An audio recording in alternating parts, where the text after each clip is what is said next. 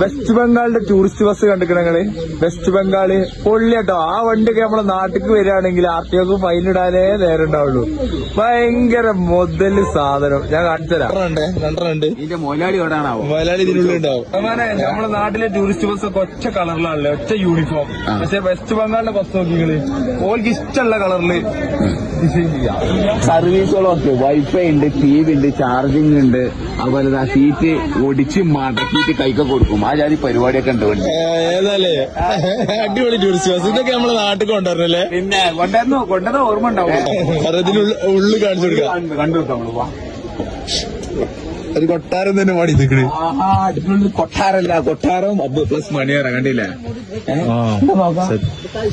ഇതാണ് കേടാ, രണ്ടാൾക്ക് കെടുക്കാൻ പറ്റുന്ന സെറ്റപ്പില്. അത് എത്ര സീറ്റ് ഉണ്ടാവും അല്ലേ? എത്ര സീറ്റാണ്? ഒരു സംഖ്യ സീറ്റ് ഉണ്ട്. ഒരു മഹല്ലിക്കുള്ള മഹല്ലിക്കുള്ള ഇതിന് ശരിക്കും ബസ്സിന്റെ പേരെന്താ അറിയാം? മഹല്ല് ഉണങ്ങി. മഹല്ലത്തെ മൊത്തം ആൾക്കാരെ കൊള്ളുന്നില്ല. ഞാൻ നമ്മള് കണ്ട ബസ്സിന്റെ ഇരട്ട വേറൊരു മോനാണിത് കേട്ടാ. ഇരട്ട സഹോദരനാണ്. അതിന്റെ സ്റ്റിക്കർ വർക്ക് നോക്കി നിങ്ങള്. എന്താ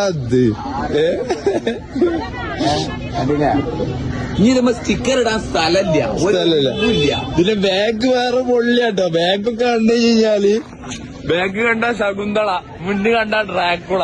ആ ഒരു നോക്കിയാ ബാഗ് നോക്കി കളി. ഇത് ശരിക്കും നോക്കി ബാഗ് കട്ടത് കൈകന്റെ ചുണ്ട് നോക്കി കളി. ഇൻഷാള്ള അങ്ങനത്തെ ഒരു ബസ് ഏതായാലും വെസ്റ്റ് ബംഗാളിൽ പോയിട്ട് നമുക്ക് വാങ്ങണം. നാട്ടിൽ കൊണ്ടുവന്ന് ഓട്ടണം. അല്ല പിന്നെ കുറച്ച് ഫൈൻ കൊടുക്കാൻ വേണ്ടി എടുത്തോണ്ടിട്ടാ. കൊടൈക്കനാൽ, മൈസൂര്, മൂന്നാറെന്നൊക്കെ പറഞ്ഞിട്ട് നമുക്ക് ഇങ്ങനെ കൊണ്ടുവരാം. ബസ് അല്ലെ തിരുവനന്തപുരത്ത് അടിച്ചാലോ? അത് പറ്റുമോ? എങ്ങോട്ടാണേലും നമുക്ക് അടിക്കാം.